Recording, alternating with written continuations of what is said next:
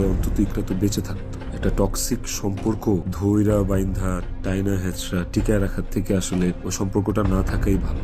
অন্তত মানুষগুলো তো জীবিত থাকতো। এখন আপনি সব হারিয়ে বুঝতে পেরেছেন তখন যদি ডিভোর্স দিতেন তাহলে ইকরা আপু বেঁচে থাকতো, রিজিকও তার মার সাথে থাকতো। এই বুঝটা আগে হইলে কতই না ভালো হতো। প্লিজ, আপনারা যদি রিজিককে ভালোবাসেন আমাকে একটা সুযোগ দেন রিজিকের যোগ্য পিতা হয়ে দেখানোর। আমি ওকে একটা সুন্দর জীবন দিতে চাই, ওকে একটা আদর্শ বাবা হয়ে দেখাইতে চাই। তবে ইকরা আপুর বান্ধবী কোনোভাবে এটা মানতে নারাজ। যে ভালো হাজবেন্ড হইতে পারে না সে কোনোদিন ভালো বাবা হইতে পারে না। ইতিহাস দেখেন আপনারা। এখন ইকরা আপুর পরিবার আইনীয় ব্যবস্থা নিচ্ছে, জাহের আলবিকে গ্রেপ্তার করার জন্য সর্বোচ্চ চেষ্টা তারা চালাচ্ছে। অন্যদিকে আলবি যে তিথির সাথে পরকীয়া করত, যে অভিযোগটি উঠে এসেছে, সেই তিথিকেও তারা শাস্তির আওতায় নিয়ে আসতে চায়। আপনার শুধু এটা না, আরো অনেক কুকর্মের কথা আপনার বউকে যখন বলছিলাম, আপনার বউকে আপনি আর মিশতে দেননি আমাদের সাথে। এরকম অনেক কুকর্মের কথা অনেকেই জানে। ইকরা আপু দুনিয়া থেকে চলে যাওয়ার আগেও নাকি তার বান্ধবীকে বলেছিল, আমি এখন নেপাল যাব।